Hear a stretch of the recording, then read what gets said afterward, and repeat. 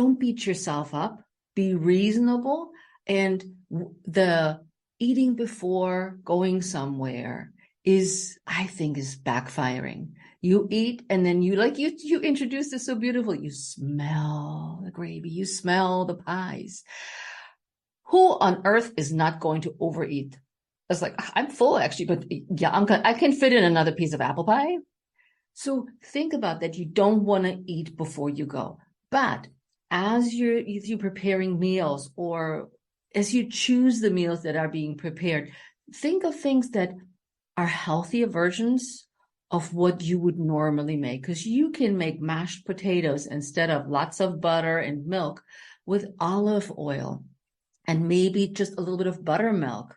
And it doesn't have to be those rich things that you put together, or take your beans, make your beans steamed, which I like to do, steamed, and then saute them in olive oil. So look for alternatives of preparing. And if you're not in charge of cooking, if there are, which there always are, lots of creamy things, stay away from creamy things.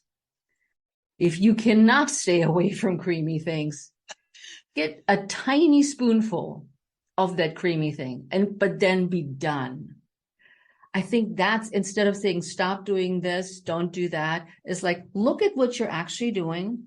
And one thing I just recently said, if you don't earn it, you can't eat it. That means if you have not exercised that day, you can't have all the carbs that you want. So tie it in with something that disciplines you perhaps a little bit more, and saying, okay, today I'm going to eat whatever it is you're eating. Let me do a walk. Let me do a strength training or a Pilates